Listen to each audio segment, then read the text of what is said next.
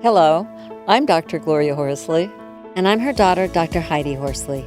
Heidi and I want to welcome you to Open to Hope Conversations, the podcast. We believe that the greatest gift you can give yourself after a loss is hope, using this moment to connect with others who have not only survived but thrived. So let's get started.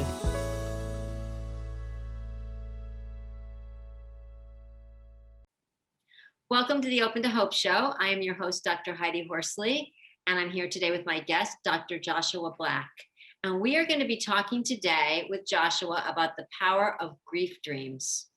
Joshua is a grief researcher, a speaker, a consultant, and the host of the Grief Dreams podcast. He is considered one of the leading academic experts in grief dreams. He teaches online courses on this topic and does one-to-one consultations. His dad died suddenly, and his grief dreams helped him to heal. So welcome to the show, Joshua. Well, thank you for having me. So talk to me. I love this topic, grief dreams, because we don't talk enough about this. And I am just wondering, how did you get interested in the power of grief dreams? It wasn't because someone told me, I'll tell you that. It's no one talks about the topic that much. So for me, I had my own loss. It was my father died when I was an undergrad. And so I'm still pursuing, the dream of what I wanted to be when I grew up. And he died. And within that loss, I felt grief, the sadness of grief, for the first time. And he was the first significant loss I had in my life. And so I became very depressed. The color came out. And then it was only 3 months later, I had this dream. This just transformed me. And I wasn't asking for one, but it happened. And my dad died very suddenly. And so in the dream, I was able to see him, and he looked really light and peaceful. He had a lot of trauma, a lot of emotional issues, and even addictions in waking life. So to be able to see that was a beautiful moment in time. But also to say goodbye and to say that I loved him and I was going to miss him was something I never got a chance to do. And as good males in our society, I don't know when the last time me and him said we loved each other. It must have been when I was a kid. But as we grew older, it was just kind of implied. But I needed to say that for some reason. And then I woke up, the depression You was did gone. this in your dream. You It was said all my goodbye. You dream. told him you loved him. He seemed very at peace. Yeah. And you kind of had all this unfinished business that you did in your dream with him, it sounds like. That's exactly what happened. We hugged. That's amazing. I woke up from the dream, and I remember sitting at the edge of my bed just thinking, what was that? It felt different than other dreams I've had, and I felt changed inside. It wasn't that I interpreted the dream and that changed me, which, some people like to do. But for me, the dream itself changed me, and I was trying to figure out how was that even possible? Because it was 3 months I was in this dark state, but then this moment happened, and it allowed me to feel happiness again, and allowed me to feel the sadness and tears again too. So that was when I realized that this was an important topic. But it wasn't until I started working or started volunteering with the bereaved, and they had a lot of questions that I never had, like, why am I not having dreams? Why am I having negative dreams? And I really felt for them, and when I looked at the academic research, there wasn't anything there I could give them. So that's when I decided to actually go to school to research the topic for them. It wasn't really, for me per se, but I felt the pain of, the questions they were having and how that was hindering their grieving process. I love this because my father died October 21st of last year. So it's been just over a year. And it's like you said, it's been really huge because I don't know my life. Who am I without my father on the earth? I mean, it's been really big. And he died at the end. My sister saw him at the end, and he was, struggling for air. He died of a staph infection, but, she was very traumatized by the way he died. I wasn't there because of COVID, but she was there. But she had a dream. And she told me about it. And she said the same thing, Joshua. She said it was very transformative. Her dream was that she and the family, all the family, were carrying very heavy suitcases up a hill. And she looks up, and my father is smiling with an empty suitcase, walking down the hill, smiling towards her like the burden of life is no longer with him. He's there, light and airy and happy, and he's doing great. And so that picture and seeing him again in that space removed all the trauma of how he died from her. And she woke up and felt very transformed also, because she was like, okay, he's so light and happy, and he's saying, okay, I'm in my next stage of my wherever that is world. I'm not in the trauma of dying anymore. So it Wow. released her from being caught in her own trauma narrative, that Well, dream. that's the power that these dreams can have, and we just really don't know much about them. Because if we could actually understand how it changes us, we could also help those who maybe don't have those types of dreams through their grieving process while we're awake. Like there's a lot of information and a lot of, I think, wisdom through these dreams that we can learn a lot about how we can work through our grief in waking life. Because not everyone has these dreams, but I Well, find it. that's what I was going to ask you. So for our viewers out there who have all had losses and are like, I want to have these dreams. I want to have dreams because I never really have dreams of my dad. I'd like to have some dreams. What is there things that we can do to be more open so that we can have dreams? So that's actually one of the questions I went into my PhD asking is like, why are some people having dreams and other people aren't? And looking at a bunch of different factors from personality to, dream recall to gender to even spirituality, because some people thought if more people who are spiritual, maybe you're more likely to have one of those types of dreams. And what I found with multiple studies was that it's actually your overall dream recall allows you is basically is predicts dreaming of the deceased. So what it's saying is that people who remember more dreams are more likely to remember one of these types of dreams. And so it's really about, looking at your dream recall. And a lot of people say that when they don't have a dream, they'll put it on. If they're spiritual, they'll put it on. Maybe they didn't cross over, or maybe they're mad at me because I had to sell the house or something. Or people just get jealous of other people who have them. They don't understand, why they haven't. And they kind of like put themselves down. And that's just the mind itself. When you can't figure something out, you tend to put yourself down. But what it is, it's now like when with the research is coming out, it's saying, well, look, how's your dream recall? And then there's a big piece of the pie there. And if your recall isn't great, you're probably having these dreams and just not remembering them. And that's its own mystery on when we remember these dreams and when we don't. But you can increase your dream recall. And that's something that research has found just by valuing dreams. And it's one of the things that our culture is really bad at. We don't teach about it in any of the schools. We barely teach about sleep, the importance of sleep. So dreams is on the side burner. And when people do have dreams, they don't understand how to even look at that dream and how it reflects waking life.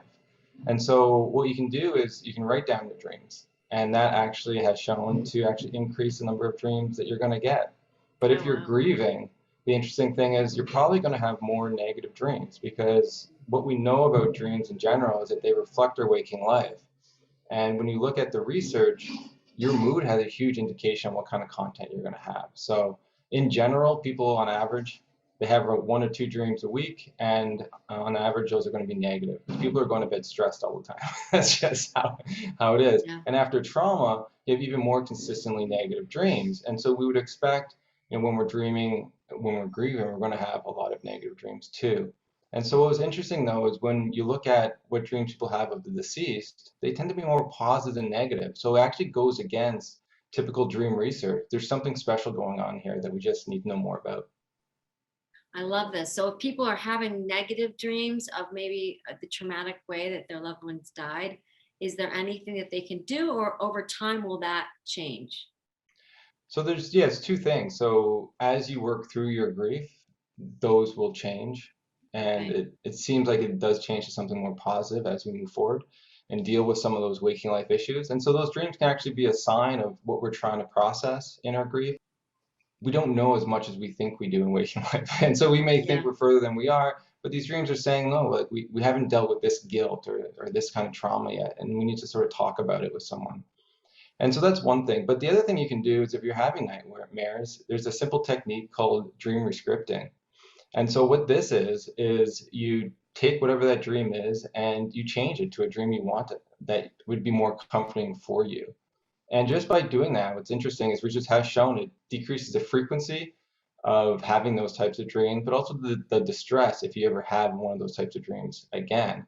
And people have even said that by even incubating a dream, so even thinking about a dream you want to have before bed can help also.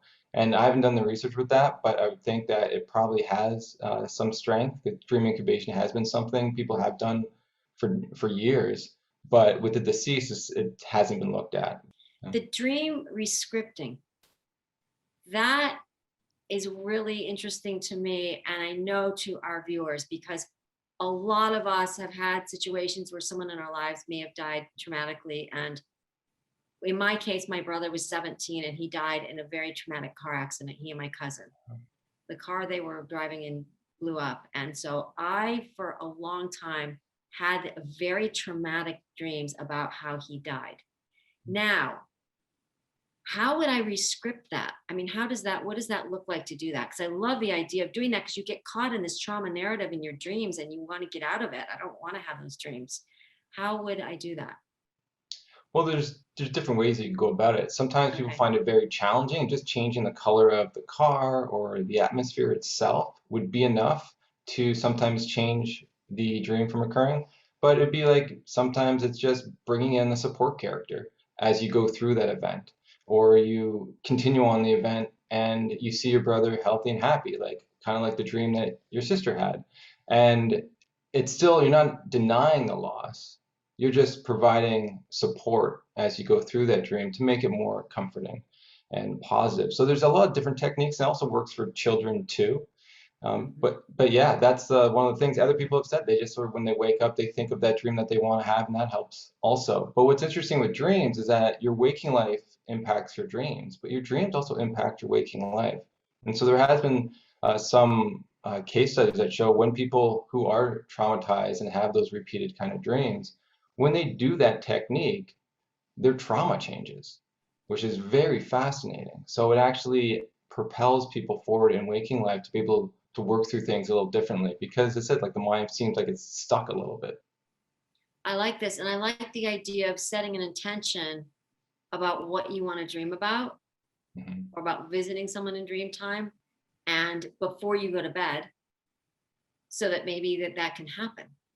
Yeah, and it just allows you too to understand, what are you wanting? A lot of people who want a dream of the deceased, when you ask them, they say, I don't know anything, but they haven't really thought about what dream they actually want to have. And I actually have a worksheet on my website, griefdreams.ca, that really helps people make a dream that they'd want to have. And it's a great tool to just process your emotions of what you're longing for. And you can also ask your other loved ones that have had loss to see what they want to dream, because everyone's symbols are going to be unique and everyone's memories are different. So it's always fascinating when families come together and ask that question, because you'll see it's going to be different from everyone. Yeah, and I love the idea of the dream, because a lot we work through a lot unconsciously in dream time. Yeah. And I think if sometimes when we repress something that's bothering us and we don't talk about it and we don't give it voice, maybe, I don't know, maybe we're working it through in our dreams. We definitely are working through our grief in our dreams, Okay. and you see it. But what's interesting is a lot of these dreams really have this support quality beyond just it being negative, that you can find some understanding by looking at it. There's a lot of these grief support dreams where they're helping us process the pain by almost having us continue a bond, to Mhm. develop new memories with the loved one, and to give us advice, because grief is hard. And the amount of wisdom I get by just reading other people's dreams about just like life, love, and everything, it's fabulous. Like I couldn't have done this if it was just trauma dreams. Like, I would have Yeah. dropped out a long time ago, but these dreams are so beautiful. It's remarkable, and the dreams tend to be shorter than normal dreams, and they tend to be really quick. And what I love most about these dreams is that it's a human experience. So spirituality isn't a factor in having these very beautiful, positive dreams. And so people need to understand that. So as much as people come into the topic a lot of times thinking it's a visitation, people who aren't spiritual are having this experience, and they have very similar love and be able to say certain things. And a lot of times the deceased is like, or the dreamer's like, how are you even here? And the deceased is like, don't worry about it, just enjoy the moment, right? Like it's about that moment. And I kind of like that, and just allowing people to be and see the dream as they need to see it, so then they don't have to sort of, I guess, close up.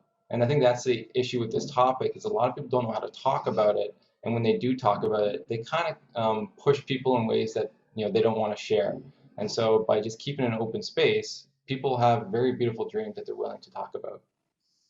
I like this. And I like that you said, for everybody, it doesn't have to be looked at as a visitation. No. Because if people don't believe in that, that's okay too. Just enjoy the journey, enjoy that you got this, great dream, this powerful dream, and in that comes the healing. I'm wondering if there was anything that your dad said to you that has been impactful or important to you in your life, in your work and in your life. In the dream? Yeah. Not really. Like, it's interesting. The dreams I've had with him, we've more just been together. Wow. And the one that he did speak, I was actually finishing my PhD, and I was in my room. So in the dream, I was in my room and I was working on my laptop. And then he came by and he says, "Is there anything I can do for you?" And I said, "No, Dad, I'm pretty good, but I'll probably need a new computer in a year." And then he smiled and I woke up. And I thought that was really funny because, like, it's just like that father figure wanting to support what you're doing. I still have that same computer, so it didn't actually materialize, but but it was nice to hear his voice. And I think, when people say I would give everything to just have one more moment with the deceased, these are the moments we get to have. Like, we get to see them. Like, in our minds, it doesn't matter what you think. In that moment, it feels that it's real. And there's something beautiful about that. And there's a loving quality in a lot of these dreams that don't mimic waking reality. So a lot of people who have these dreams say it's a peace and a love they haven't felt before. And I think that's fascinating. I think there's healing power in whatever that space is. The question is, how can we get there in waking life? Yes. And what's the answer to that? Still trying to figure that out. But that'll be your next research study, Joshua, your next research study. That's right. But a couple dreams have sort of pinpointed some of the stuff, and self-love is one of the big things that it really points to. Is I think in the dream, we can love ourselves more than we do when we're awake. So it's like, how do we love ourselves more when we're awake is, I think, the question. I like that. That's powerful. So if people want to find you, where do they go? Well, they can go to griefdreams.ca, and there's a lot of information on there with common questions answered. We just like touched the tip of what we actually researched and what we've done. And then you can go to the Grief Dreams podcast. If you really love hearing these dreams and seeing the potential of how they change people's lives, that's the basically reason I started that podcast, is because there's a lot of stuff you can get through research and with the numbers and the quantitative stuff, but you're missing the journey that people go on with these dreams, like your sister and like I did. And so that's what the podcast is really about, is really showcasing that grief dreams is a part of the grief journey for many people. And I should say too, before we just close up, like, it's very common. Like, out of a study I did out of spousal loss, 86% of people had at least one dream. After pet loss, it was 78% had one dream within the first 6 months. And then even after miscarriage, 57% of people, partners and birth mothers, had dreams of the deceased child that they've never actually seen before. That's powerful. I've had 2 miscarriages, so that's very powerful.